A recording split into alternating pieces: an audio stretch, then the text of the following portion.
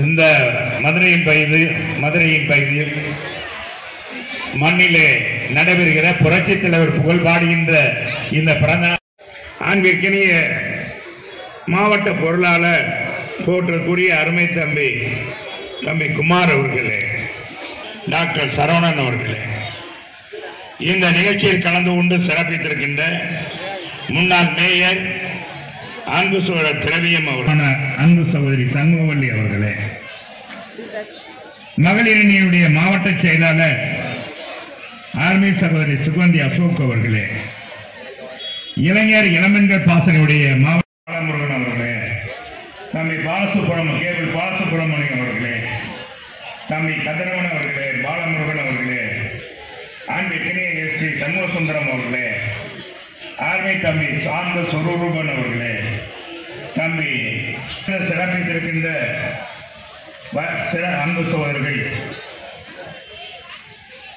மகளிரணி நிர்வாகிகள் துர்கா ஜெயராம் அவர்களே, பிரேமா அவர்களே, வசுந்தரா, விஜய், கலைவாணி, தனசேகரன், முன்னாள் மாமன்ற உறுப்பினர் மாரீஸ்வரி, சாந்தி, வேணி, சாந்தி, மாலா, முத்துலட்சுமி, வசுந்தரா ஆகிய சகோதரிகளே, ஆனந்த், பாக்கியராஜ், பெருமாள், ஆண்பிற்கினிய காத்தாடி கணேசன், அந்தோணிராஜ், ராஜேந்திரன், செல்லப்பாண்டி, சேஷாத்திரி, அருண் பாண்டி, கேசவன், கொடிமுத்து, குமரேசன், ரஞ்சித், முகமது மிக சிறப்பாக தொடங்கியிருக்கிறோம். பூமலை தூவி பொன்வசந்தம் வீசுகிற தலைவர் பாடத்தில் வர்ற மாதிரி பூமலை பொழிந்து இன்னைக்கு நம்ம தலைவருடைய பிறந்த நாள பெருவிழாவை மிக சிறப்பாக இன்னைக்கு கொண்டாடுகின்ற இந்த நல்ல வேளையில் உங்களை எல்லாம் சந்திக்கின்ற வாய்ப்பை கொடுத்திருக்கின்ற மேற்கு தொகுதியுடைய கழக நான் தான் மீனாட்சி தலைமை கழக பேச்சாளர், கொஞ்சம் கூடுதலாக பேசுப்பா. நீ பேசி 15 நிமிஷம் தான் ஆகிருக்கு, ஒரு அரை மணி நேரம் ஆச்சும் பேசுங்க, உனக்காக மழையே விட்டுருச்சு, பேசுப்பா அப்படின்னு சொன்னேன். அவர் என்ன தலைவர் வரலாறு சொல்லிட்டு இருக்காரு. தலைவர் வரலாறு தெரியாதவர்கள் அங்கே நம்ம இருக்கோம், தெரிஞ்சுக்கா தெரியலையா அதான் இருக்கும், எல்லாருக்குமே தெரியும். தலைவரை பற்றி அறியாதவர்கள் கிடையாது. மதுரைனாலே தலைவருக்கு பிடித்தமான ஊர் மதுரை. இன்னைக்கு தமிழகத்தில் எத்தனை மாவட்டங்கள் இருந்தாலும் மதுரை மாவட்டம் தான் புரட்சி தலைவருக்கும் சரி, புரட்சி தலைவர் அம்மா அவர்களும் சரி பிடித்தமான மாவட்டம். அவர் விரும்பிய மாவட்டம் இதுதான். அம்மா அவர்கள் விரும்பி நின்ற மாவட்டம் மதுரை மாவட்டம் தான். போடி நாயக்கனூர் முத அரசியல் பணியை தொடங்குகின்ற போடி தொகுதியில் தான் நின்றாங்க. அப்ப அதெல்லாம் ஒருங்கிணைந்த மதுரை மாவட்டம். அப்புறமேல் தான் அம்மா வந்து தேனி மாவட்டம் பிரிச்சாங்க. அதே மாதிரி தலைவரும் நின்றது ஆண்டிப்பட்டி, முதல் அருப்புக்கோட்டை, அப்ப நம்ம மேற்கு தொகுதி, இதுலதான் நின்றாங்க. தலைவர் விரும்பியதும் மதுரை. அதனால்தான் உலக தமிழ் மாநாட்டை இங்கே நடத்தினார். நிறைவேற்றவில்லை. அன்றைக்கு இருந்த ஆளுங்கட்சியை சேர்ந்த திராவிட முன்னேற்ற கழகம். இது ஒரு நகரசபை போலதான் இருந்தது. எங்க பார்த்தாலும் குண்டு பருப்புகள் தான் இருக்கும். குடிக்க தண்ணீர் இருக்காது மக்களுக்கு. லாரியில வந்து அடிச்சுக்கிட்டு இருப்பாங்க. அப்ப பிளாஸ்டிக் குடம்லாம் கண்டுபிடிக்காத நேரம், பிளாஸ்டிக் குடம் கண்டுபிடிக்காத நேரம், குடங்களை வச்சுதான் சண்டை பிடிக்கணும். பார்த்தேன் முட்டி மோதி தாய்மார்கள்லாம் மிகப்பெரிய கஷ்டத்தில் இருந்தார். அதை அறிந்துதான் புரட்சி தலைவர் 1500 MLD தண்ணீர் மதுரை மக்களுக்கு, அன்றைக்கு வாழ்ந்த மக்கள் 10 லட்சம் பேர், 5 லட்சம் மக்கள் அன்னைக்கு இருந்தார்கள். அந்த 5 லட்சம் மக்கள் 10 லட்சம் பெருக்க ஏற்பட்டாலும் குடிநீர் பற்றாக்குறை வரக்கூடாது என்பதற்காகத்தான் ஆற்று மூலமாக 700 MLD 800 MLD வந்து பைப்பு மூலமாக கொடுப்பதற்கு ஆணை பிறப்பித்தார். 2015 வரை அதை சட்டம் போட்டிருந்தார் புரட்சி தலைவர். வாரியர் அணையில இருந்து இவ்வளவு தண்ணீர் எடுக்கணும். அப்ப தலைவர் மேற்கு தொகுதி MLA தன்னுடைய தொகுதி மக்கள் மட்டுமல்ல மதுரை மக்களுக்கும் செய்யணும்னு சொல்லி பாசம் கொண்டவர்கள். அவர்கள் என்ன செய்தார்கள் தெரியுமா? வருகிற குடிநீர் தங்கு தடையின்றி கிடைக்கணும் என்பதற்காக அம்மாவர்கள் உயர்மட்ட தொட்டி, நீர்மட்ட தொட்டியை கட்டி கொடுத்து ஏறத்தாழ 42 இடங்களில் உயர்மட்ட தொட்டியை கட்டி கொடுத்து எல்லா இடங்களும் சீராக தண்ணீர் கிடைப்பதற்கு வழிவகை செய்தவர் புரட்சித் தலைவர் அம்மா. அதுக்கடுத்து புரட்சி தமிழர் எடப்பாடியார் புரட்சித் தலைவர் அம்மா வழி நம்முடைய கழக பொதுச் செயலாளர் நம்முடைய புரட்சி தமிழர் எடப்பாடியார் ஏழை எளிய மக்கள் பாட்டாளி மக்களுடைய தோழனாக இன்னைக்கு இருக்கிற நாளைய மக்களின் முதல்வராக காட்சி ரூபாயில முல்லை பெரியார் அணையிலிருந்து 100 வார்டுகளுக்கும் தங்கு தடையின்றி குடிநீர் கிடைக்கின்ற அந்த திட்டத்தை கொடுத்ததோடு 2023 அது நிறைவேறும் என்ற சட்டத்தை போட்டார். அதுக்காக நிதியை ஒதுக்கினார். உடனடியாக நிதியை ஒதுக்கி கொடுத்து அந்த பணி விரைவாக ஒவ்வொரு இல்லத்தரசியும் இனிமேல் வீட்டுக்கு வர வேண்டாம், கழிவு நீரை கலக்காத சுத்தமான குடிநீர் கிடைக்கிற வழிவகை செய்தவர் நாம் புரட்சி தமிழர் எடப்பாடி. பெற்றுக் கொடுத்தவன் நான், இந்த மேற்கு தொகுதியுடைய சட்டமன்ற உறுப்பினர். இதை நீங்க புரிந்து கொள்ள வேண்டும். இன்னைக்கு இந்த ஆட்சியில விடியல் தருவோம் சொன்னாங்க. விடியல் தருவோம் ஆட்சிக்கு வந்தாங்கல்ல, என்ன விடியலை கொடுத்திருக்காங்க? ஏமா விடியல் கிடைச்சிருக்காமா? கிடைச்சிருக்கா? 140 ரூபாய் வித்த அரிசி இன்னைக்கு 170 ரூபாய் 170 ரூபாய்க்கு விற்கிறதா? என்னத்தான் எண்ணெய் விலை கூடி போச்சு, பருப்பு விலை கூடி போச்சு. சண்டால ஆட்சிக்கு வந்தது. மின்கட்டணத்தை ஏத்த மாட்டோம் சொன்னாங்க. 3 முறை ஏத்திட்டாங்க. 3 முறை ஏத்திட்டாங்க. நீங்க ஆட்சிக்கு வரும்போது எப்ப மின்சாரம் வரும், எப்ப மின்சாரம் போகும் நிலை இருக்குது. இவங்க அப்பா ஆட்சி 2006 இருந்து 2011 வரை ஆட்சியில் இருந்த திமுக இருந்த தமிழகத்தை உருவாக்கி சென்றார்கள். ஆனா புரட்சி தலைவர் அம்மா அவர்கள் தான் நான் மீண்டும் ஆட்சிக்கு வந்தார் தடையற்ற மின்சாரம் தமிழக மக்களுக்கு கிடைக்கும் என்று சவால் விட்டார், சொன்னார்கள்.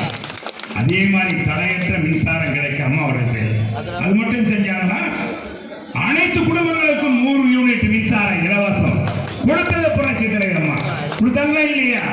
எல்லா வீட்டுக்கும் 100 யூனிட் மின்சாரம். ஆமா, இந்த மாதிரி செஞ்சவர் நம்ம அம்மா. அதே மாதிரி புரட்சி தமிழர் எடப்பாடி. இன்னைக்கு தமிழகத்துடைய மக்களுடைய இந்த ஆட்சி, இந்த கட்சி அதிமுக ஆட்சி இருக்கும் வரை 31 ஆண்டுகள் தமிழகம் அமைதி பூங்காவாக இருந்தது. சட்ட ஒழுங்கு பேணி காப்பாற்றப்பட்டது. காவல்துறை கண்ணியம் காப்பாற்றப்பட்டது. காவல்துறை காட்சி சட்டக்காரர்கள் மரியாதை மிக்கவர்கள். அவர் அரசு துறை அவர் சட்டத்தை ஒழுங்காக கவனித்தால் தான் சட்ட ஒழுங்கு சிறப்பாக இருக்கும் நினைத்தவர் புரட்சி தலைவர் அம்மா, புரட்சி தமிழர் எடப்பாடி. ஆனா இன்னைக்கு எப்படி இருக்கு? காவல்துறைக்கு பாதுகாப்பு இல்லை. ஒவ்வொரு தலைமை காவலரையும் இன்னைக்கு பார்த்தா அவங்க நாங்க பணியிலிருந்து விடைபெறுகிறோம் என்று சொல்கிறார்கள். வாணிங்கர் ரிட்டைர்மெண்ட் கொடுக்கிறோம் சிவகாசியில் இருக்கிற ஏற்று. நம்ம பாத்தீங்கன்னா ராமநாதபுரத்தில் இன்ஸ்பெக்டர் சரவணன் அவருக்கு அவர் என்ன சொல்றாரு? எனக்கு இந்த பணியே வேணாம்ப்பா, வேண்டாம், எனக்கு இன்ஸ்பெக்டர் பதவியே வேணாம். இப்படியும் அதிகாரி இருக்காங்க. இங்க மதுரையில பார்த்தா இங்க இருக்கிற இன்ஸ்பெக்டர்லாம் நீங்க என்னவோ திமுக கிளை செயலாளர் ஒன்றிய செயலாளர் மாதிரி மதுரையில் இருக்கிற ஆய்வாளர்கள் இன்ஸ்பெக்டர்கள் கூட்டம் நடத்தும் போது 300 பேருக்கு மேல கூடக்கூடாது, 300 பேருக்கு மேல வரவாதுன்னு எழுதி கொடுங்க, அப்பதான் லைசன்ஸ் தருவோம் சொல்லு. ஏன் சட்டத்தில் இருக்கா? ஏன்னா என்ன கூட்டப்படுற கூட்டமா, கூட்டி வர கூட்டமா? இது அதிமுக கூட்டம். நாங்க கூப்பிட கொஞ்சம் பேர் தான் கூப்பிடுவோம். மக்கள் வந்தா யாரா சொல்றது? என்னது இங்க கூட்டம் நடந்துகிட்டு இருக்கு. அங்க இன்ஸ்பெக்டர் கூப்பிட்டு இங்க இந்த ஜெயின்புர இன்ஸ்பெக்டர் கூப்பிட்டு மிரட்டுகிறாங்க. இந்த மிரட்டெல்லாம் உருட்டெல்லாம் எங்கிட்ட நடக்காது. இந்த 10 வேகாது. உன்னை மாதிரி 1000 இன்ஸ்பெக்டர் பார்த்திருக்கோம். காலம் மாறும். உங்களுடைய காக்கி சட்டை ஒழுங்கா பாதுகாத்துங்க. முதல்ல ஆளுங்கட்சியில ஒழுங்கா அடக்குங்க. தமிழ்நாடே போதை மாநிலமாக திகழ்கிறது. சிறுமை முதல் பாட்டி வரை இன்றைக்கு கற்பழிக்கப்படுகிறார்கள். உண்மையா இல்லையா? பாதுகாப்புள்ள பெண்களுக்கு நீ யாரைக்காவது பார்க்க வைக்கிற? எங்க கூட்டத்தில் என்ன நீ யார் உன்னை பாதுகாக்க கூப்பிட்டது? என்ன இங்க வந்து மிரட்டுறீங்க? நடக்கிற எம்ஜிஆர் கூட்டம் தான், எம்ஜிஆர் பிறந்தா கூட்டம். தொண்டையை தொண்டையில வைத்து வாழ்ந்தவன் என் எம்ஜிஆர். உண்டுக்கே டாட்டா காட்டியவன் பிள்ளைகள் நாங்க, இங்க தலைவருடைய பிள்ளைகள் நாங்க. நீங்க புரட்சி தமிழர் எடப்பாடியோடைய படைகள் நாங்க. எங்களை பாக்குறீங்க, எங்களை மிரட்டி பாக்குறீங்க. ஏன்னா காவல்துறை ஆணையாளர் சொல்லியிருக்காரா? மதுரையுடைய காவல்துறை ஆணையாளர் சொல்லியிருக்காரா? அதிமுக கூட்டத்தில் இதுக்கு மேல கூட்டம் கூடக்கூடாது. அது திமுக கூட்டமா இருந்தா அவங்களுக்கு வேணா கூட்டம் வராம இருக்கும். மக்கள் வெடித்து போயிருக்காங்க, மன புழுங்கி போயிருக்காங்க. இந்த ஆட்சியை அமர வைத்தோம் அப்படின்னு புழுங்கி போயிருக்காங்க. இங்க என்னன்னா காவல்துறை 2 பேரு என்னன்னா எங்களை மிரட்டுறீங்க. யார சட்ட ஒழுங்கு பாதுகாக்கின்ற வகையில் ரவுடிகளை மிரட்டு பார்த்துருந்துங்க. இங்க மட்டுமல்ல, அதே மாதிரி திடீர்னு இன்ஸ்பெக்டர் கேட்டிருக்காரு. நான் இந்த இன்ஸ்பெக்டர் மட்டும் இல்ல, மதுரையில எழுதப்படாத சட்டமாக இருக்கிறது. உங்களை கண்டித்தே நாங்கள் ஆர்ப்பாட்டம் போராட்டம் பண்ண வைத்து விடாதீர்கள். மதுரையிலே எழுந்தால் தமிழ்நாடே கோயிட்டு எழுதுவது புரிந்து கொள் என்பதை இந்த நேரத்தில் சங்கடப்படாது. சும்மா அப்படித்தான். ஏன்னா நம்மளை மிரட்டலாமா? எவ்வளவு தாய்மார்கள் இருந்திருக்காங்க. எங்க தலைவனுக்கு பிறந்த நாள் அழைக்காமல் வந்திருக்காங்களே. நிர்வாகிகளை அழைப்போம், நிர்வாகிகளை தான் கணக்கெடுக்க முடியாது. மக்கள் வந்தா நாங்க என்ன செய்யறது? தாய்மார்கள் இவ்வளவு பேர் கூடியிருக்கிறார்களே. எனவே எங்களை மிரட்டார்கள். நாங்கள் காக்கி சட்டைக்கு மரியாதை கொடுக்கிறோம். 10 ஆண்டுகள் அமைச்சராக இருந்திருக்கிறேன் இதே மதுரையிலே. ஆனால் எந்த காக்கி சட்டக்காரங்க நான் போன் போட்டு பேச மாட்டேன். எந்த தவறு நான் துணை போக மாட்டேன். அப்படிப்பட்ட எங்களுடைய கூட்டத்தில் நீ வந்து எங்களை வந்து மிரட்டினா தப்பு அப்படின்னு மட்டும் சொல்லிட்டு, நம்ம தலைவர் வந்து தூங்காதே தம்பி தூங்காதே சொல்லியிருக்காரு. தூங்காதே தம்பி தூங்காதே, நீ சோம்பேறி என்ற பெயர் வாங்காதே. அவர் படத்துல தான் அந்த பாட்டு வரும். இப்பெல்லாம் படத்துல பாட்டுன்னா வைக்கிறாங்க. பாட்டால் கேட்க முடியுது, மியூசிக் தான் கேட்க முடியாது. நல்ல பொழுதையெல்லாம் தூங்கி கெடுத்தவர்கள் நாட்டை கெடுத்தவரும் தானும் கெட்டார்கள். இன்னைக்கு அப்படித்தான் நாட்டை கெடுத்துங்க. சில பொறுப்புள்ள மனிதர்கள் தூக்கத்தினால் பொண்ணான வேலையெல்லாம் தூங்குதப்பா. இன்னைக்கு எத்தனை சட்டங்கள் இன்னைக்கு ஏற்ற வேண்டும், அதெல்லாம் நீங்க தூங்கி கொண்டிருக்கிறது. அது மாதிரிதான் தலைவர் சொல்றாரு. அச்சம் என்பது மடமையடா. அண்ணா திமுக காரங்களுக்குலாம் இதுதான் எங்களுடைய வேத வாக்கு. எங்க தலைவன் சொன்ன போதி பெருமை சொன்ன வாக்கு. அச்சம் என்பது மடமையடா, அஞ்சாம திராவிட உணவதேடா எங்களுடைய. நாங்கள் அப்படிப்பட்டவர்கள். எந்ததான் எங்களை நாங்கள் பாசத்துக்கு கட்டுப்பட்டவர்கள். மிரட்டி உருட்டனா அதுக்குதான் நாங்கள் கட்டுப்பட்டவர்கள் அல்ல என்பதை புரிஞ்சுக்கணும். அச்சம் என்பது மடமையடா, அஞ்சாமை திராவிடர் உடம்பினர். 6 சாவு 100 சாவு. இயக்கத்துக்காக நாங்கள் இன்னுயிரையும் தரக்கூடியவர்கள் தான். வாழ்ந்தவர் கோடி, மறைந்தவர் கோடி, மக்கள் நினைப்பவர் யார்? மாபெரும் வீரர் மாணவ காப்பு சரித்திரம் தங்கிலே நிற்கின்றார். எப்படி சொல்லியிருக்கார்? அதே மாதிரி சில ஆசைக்கும் தேவைக்கும் வாழ்வுக்கும் வசதிக்கும் ஊரார் கால் பிடிப்பார். ஒரு மானம் இல்லை, அது ஈனம் இல்லை. இது இன்னைக்கு இருக்க காவல்துறைக்கு. சிலர் ஆசைக்கும் தேவைக்கும் வாழ்வுக்கும் வசதிக்கும் ஊரார் கால் பிடிப்பார். ஒரு மானம் இல்லை, ஒரு ஈனம் இல்லை, அவர் எப்போதும் வால் பிடிப்பார். எதிர்கால வரும் 26 தேர்தல், எதிர்கால வரும் என் கடமை வரும். இந்த கூட்டத்தின் நாட்டத்தை ஒழிப்போ ஒழிப்பேன் சொன்னார் தலைவர். சில திருந்தாத உள்ளங்கள் சொல்லுவார் தலைவர். இன்னொன்று, ஆளும் வளரும் அறிவும் வளரும், அதாண்டா வளர்ச்சி. உன்னை ஆசையோடு ஈன்றவருக்கு அதுவே பெரும் முயற்சி. ஒவ்வொரு தாய்க்கும் ஒவ்வொரு பிள்ளையும் செய்ய வேண்டிய கடமை. அதே மாதிரி இன்னொரு பாட்டு சொல்றது, கண் போன போக்கிலே கால் போகலாமா, கால் போன போக்கிலே மனம் போகலாமா, மனம் போன போக்கிலே மனிதர் போகலாம், மனிதன் போன பாதையை மறந்து கொள்ளலாம். போலாம் பார்த்தீங்களா? எப்படி பாருங்க, திருந்தாத உள்ளங்கள் இருந்தென்ன லாபம், வருந்தாத உருவங்கள் பிறந்தென்ன லாபம், இருந்தாலும் மறைந்தாலும் பேர் சொல்ல வேண்டும், இவர் போல் யார் என்று ஊர் செல்ல வேண்டும். அதான் எம்ஜிஆர். 32 ஆண்டுகள் ஆகிவிட்டது.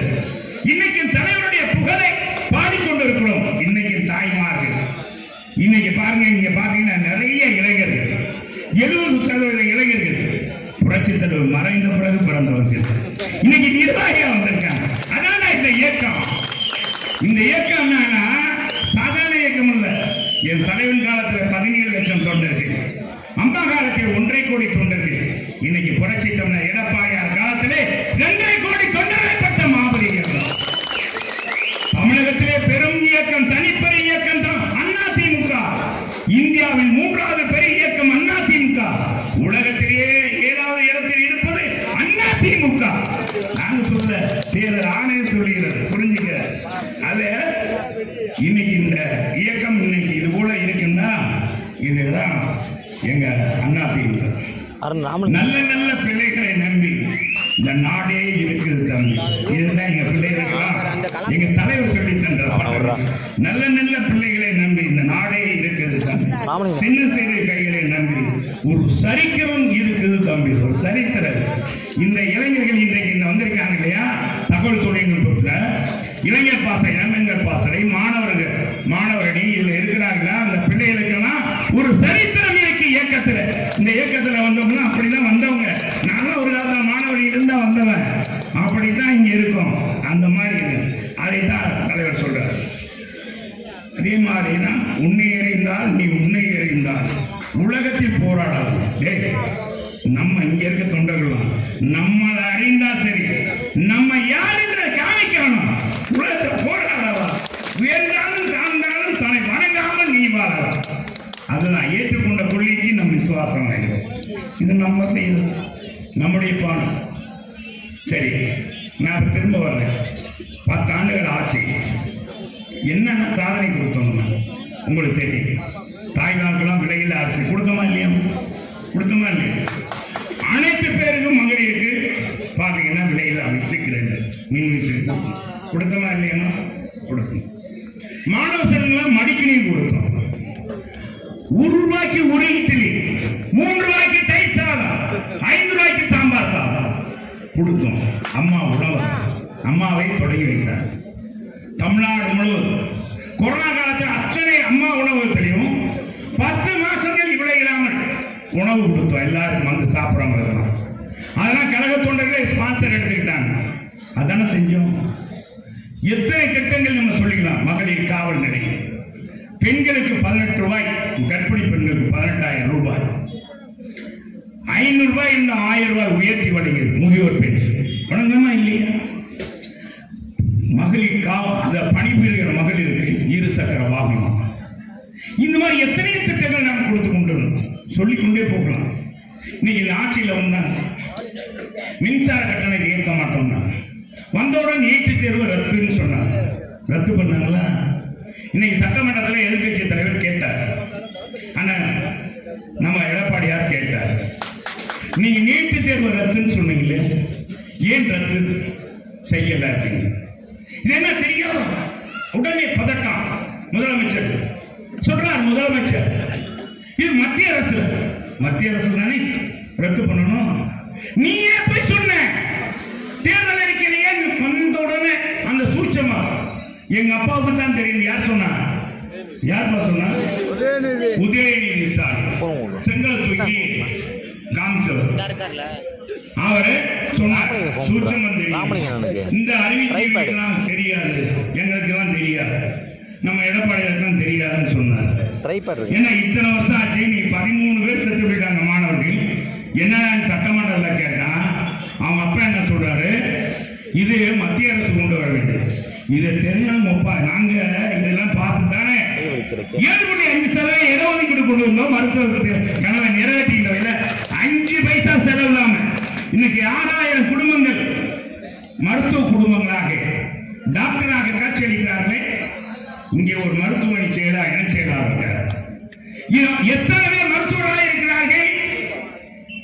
5 பைசா செலவு இல்லைங்க, 5 பைசா, 1 ரூபாய் செலவு இல்லாம போய் படித்து டாக்டராக வருகிறார்.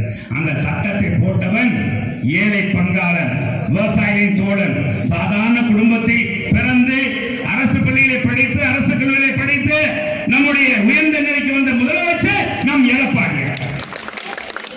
இன்னைக்கு நமக்கெல்லாம் நிலத்தடி நீர் கூடியிருக்கும்.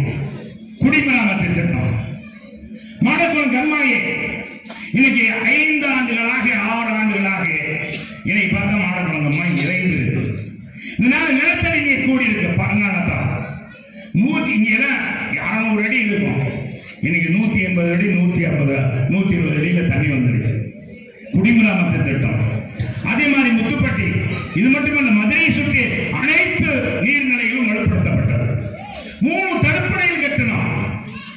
நம்ம ஏவி பிரிட்ஜ் அருகாமையில பெரிய பாலம் சொல்லுவோம் முன்னால, அந்த பாலம் அருகாமையில ஏவி பிரிட்ஜ் அருகாமையிலே தடுப்பணை கட்டியதன் காரணமாக அங்கிருந்து பனையூர் வாய்க்காலை தண்ணி கொண்டு போய் நிறையாத மாரியம்மன் தெப்பக்குளத்தை நிறைத்து காட்டியவர் அதிமுகவுடைய முதலமைச்சர் எடப்பாடியார்.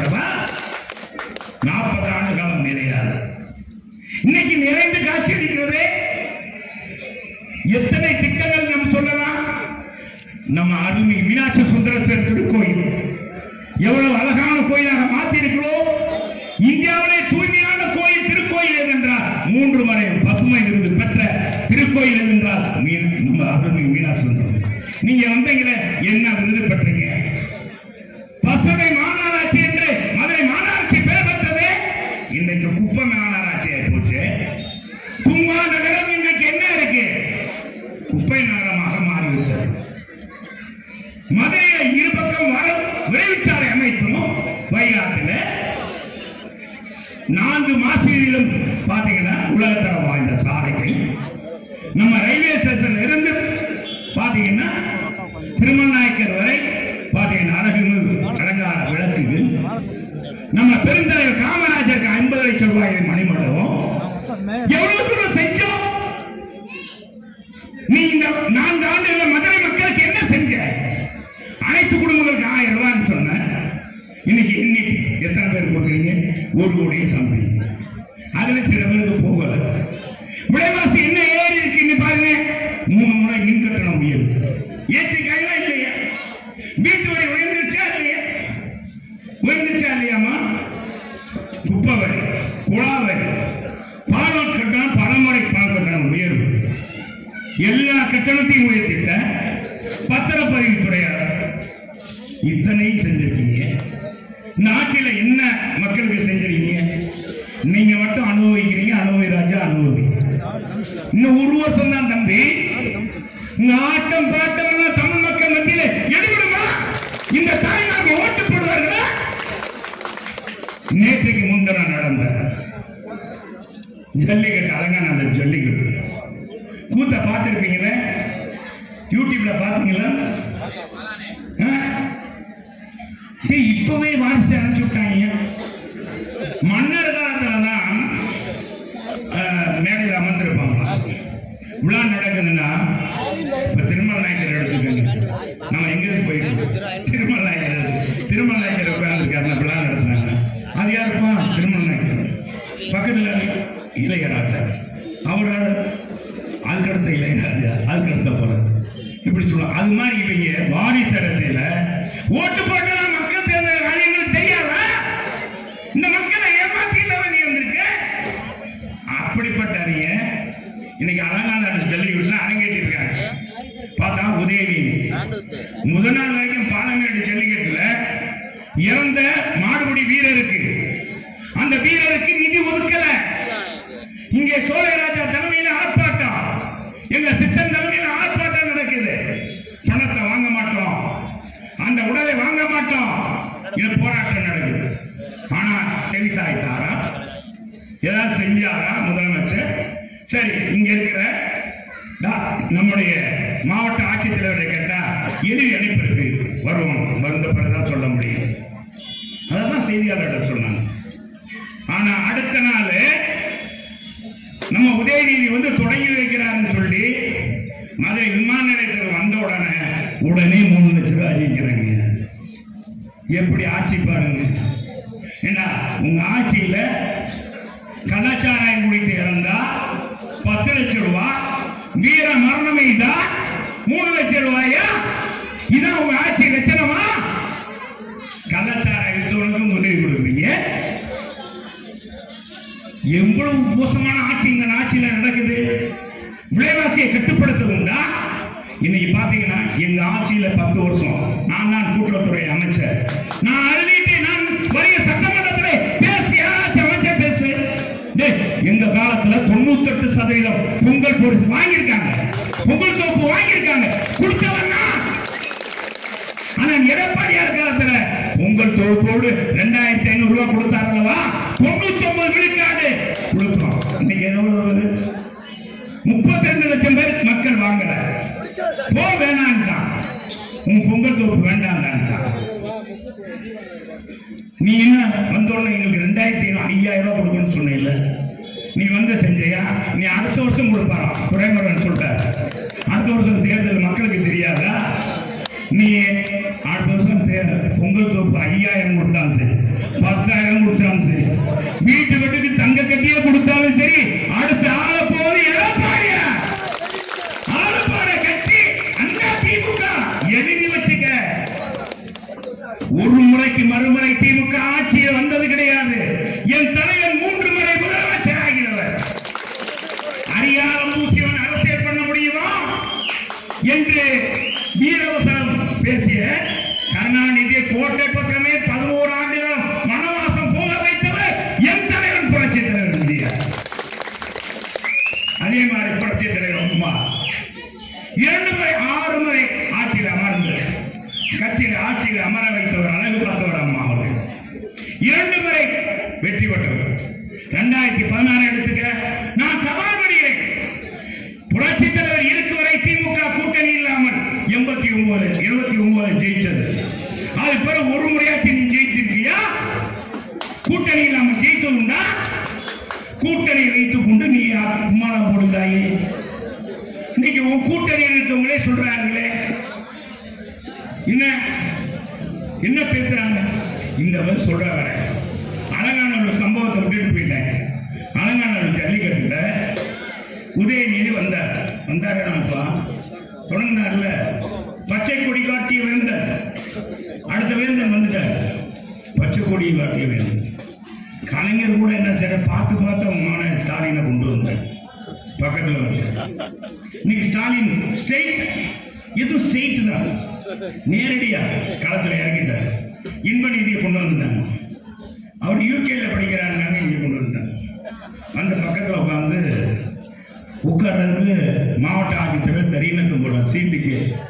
அப்புறம் எந்திரிச்சு அவர் ஒரு அறிக்கை கொடுக்குற அளவுக்கு ஆகி போச்சு. இது புரோட்டோகால் பிரகாரம் தான் நான் செஞ்சேன். ஏன்னா ஒரு பெண் கலெக்டர் என்ன சொல்றீங்க? ஆண் கலெக்டரே அல்லாடுறாங்க, பெண் கலெக்டர் எங்க செய்யறது? அவங்க அவருக்கு இது பண்ணிட்டாங்க. சொல்லி பக்கத்துல உட்கார்ந்தெல்லாம் உட்காரு, மக்கள் கொடுத்துருக்காங்க, அனுபவி. என்ன சொல்றீங்க? இருக்கும்போது அனுபவிச்சுக்கணும். உங்களுக்கு அந்த சூட்சமா தெரியலப்போ, தெரியலையே, நான் என்ன செய்வேன்? இருந்தாலும் நாங்கள் அப்படி போக மாட்டோம். நாங்கள் என்னைக்கும் மக்கள் தொண்டனா தான் இருப்போம். மக்கள் பணிதான் எங்களுடைய எப்ப அந்த தெரியலையே அப்படின்ற மாதிரி. இன்னைக்கு என்னன்னா அவங்க பக்கத்துல உதயநிதி உட்கார்ந்துருக்காரு. நாகப்பட்டினம் தம்பி அமைச்சர் மூர்த்தி, மாண்புமிகு அமைச்சர் உட்கார்ந்து. அது பக்கத்துல இன்ப நிதி கூட வந்து அவர்கள் நண்பர்கள் அவருக்கு எல்லாம் யூனிவர்சிட்டியில் உட்கார்ந்துட்டு ஒரு பார்த்தீங்கன்னா சாப்பிட ஒரு புரோட்டோகால் இருக்கு. அறையில வச்சு அமைச்சு யாருக்கு வேணாலும் சாப்பிட போடலாம், போடக்கூடாதுன்னு அல்ல. ஆனா பப்ளிக் மீட்டிங், பப்ளிக்ல ஒரு அரசு விழாவில் ஒரு அமைச்சர் என்ன செய்யறாரு? பக்கத்துல இவர் இருக்காரு, நம்ம பிடிஆர் பண்ண என்ன தன்னாலும் கெத்து தான் மேல் மக்கள் என்ன சொல்ற? நான் ஆண்ட பரம்பரை, வீர பரம்பரை, மூட்டிதான் பேசினார். ஆண்ட பரம்பரை, வீர பரம்பரை பேசிய அந்த மூர்த்தி என்ன செய்யறாரு? அவனை பக்கத்துல திண்டு போட்டுருப்பாங்கல்ல, தின்பம், இந்த மேடையில இருந்து எங்கிட்டு போகக்கூடாதுக்காக ஸ்நாக்ஸ் கொடுப்பாங்க. உங்க எல்லாம் கொடுப்பாங்களா? உங்க மீட்டிங் எல்லாம் உங்க மாநகராட்சி மீட்டிங் கொடுப்பாங்க. அதை சாப்பிடுங்க, பிஸ்கட் சாப்பிடுறது ஏதோ ஒன்று 2 தூள் இன்பநீர் தொடையில விழுந்துருச்சா, ஓடி போய் தொடங்கி யாரு மூர்த்தி இப்பவே துண்டு போட்டுட்டாரு. அடுத்து எனக்கு அமைச்சர் கொடுங்க இன்பநீதி, உங்களுக்கு சாவி தான் போட்டேன், பட்டு வேசையெல்லாம் போட்டேன், விழாவுல அப்படின்னு சொல்றது இப்படி பண்றோம். ஆனா கெத்தா நம்ம பிடிஆர் பன்னெண்டு உட்கார்ந்துருக்காரு. அதான் கெத்து. ஒரு ஆள் இப்படின்னா ஒரு ஆள் அப்படி இருக்காரு. எதுக்கு சொல்றேன்னா இன்னைக்கு நாட்டுல என்ன நடக்குதுன்னே தெரியல. பாத்தீங்கன்னா இங்க அண்ணா யூனிவர்சிட்டி, அண்ணா பல்கலைக்கழகம் ஒரு பெண் எந்த அளவுக்கு இதுவரைக்கும் நம்ம பார்க்காத சம்பவம், கேட்காத சம்பவங்க இந்த ஆட்சியில் அடங்கியது.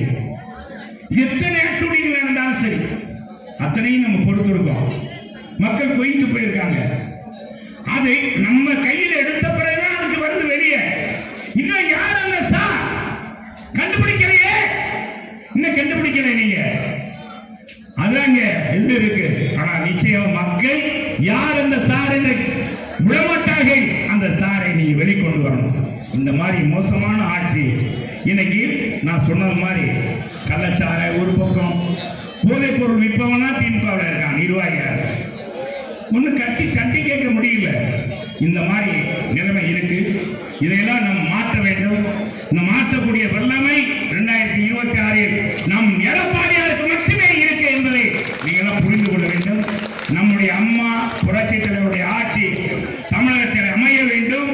அப்பதான் தமிழ்நாடு அமைதி பூங்காவாக இருக்கும். ஏழை எளிய மக்களுக்கான திட்டங்களை கொண்டு வருவோம், செயல்படுத்துவோம்.